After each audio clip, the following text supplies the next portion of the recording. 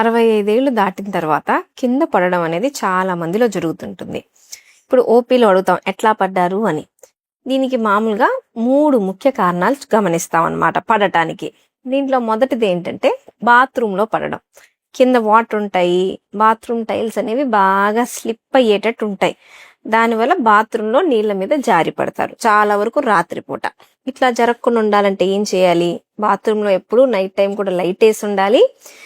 ఎప్పుడు నీళ్లు నిలిచేటట్టు ఉంచకూడదు. వెట్ ఏరియా, డ్రై ఏరియా సెపరేట్గా పెట్టుకొని పాస్ వెళ్ళే దగ్గర అక్కడ కింద నీళ్లు లేకుండా చూసుకోవాలి. పెద్ద వయసులలో బాత్రూమ్ దగ్గర అటు ఇటు పట్టుకోవడానికి రాడ్స్ అనేవి ఉండాలి. ఇది ఒకటి. రెండోది ఏంటి అంటే పట్టలు.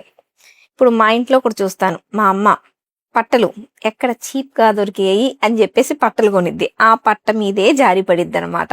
సో ఎప్పుడు కానీ పిసినారతంతో పిచ్చి పిచ్చి పట్టలు కొనకూడదు. కాళ్ళ కింద వేసే పట్ట మంచిది అయ్యి ఉండాలి, అసలు జారకూడదు కాలు పెడితే. సో మంచి డోర్ మ్యాట్స్, పట్టలు అనేవి మంచివి కొనుక్కోవాలి. మూడోది, ఒక వయసు దాటాక డ్రైవింగ్ అనేది చాలా మందికి కష్టం.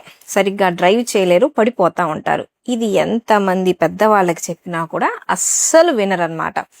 ఒక వయసు తర్వాత ఏం చేస్తారంటే బైక్ నడపలేకపోతున్నాం అని స్కూటీ కొనుక్కుంటారు. బైక్ కన్నా స్కూటీలోనే పడిపోయేది ఎక్కువ, ఎందుకంటే దాని చక్రాలు ఇంకా చిన్నగా ఉంటాయి కాబట్టి.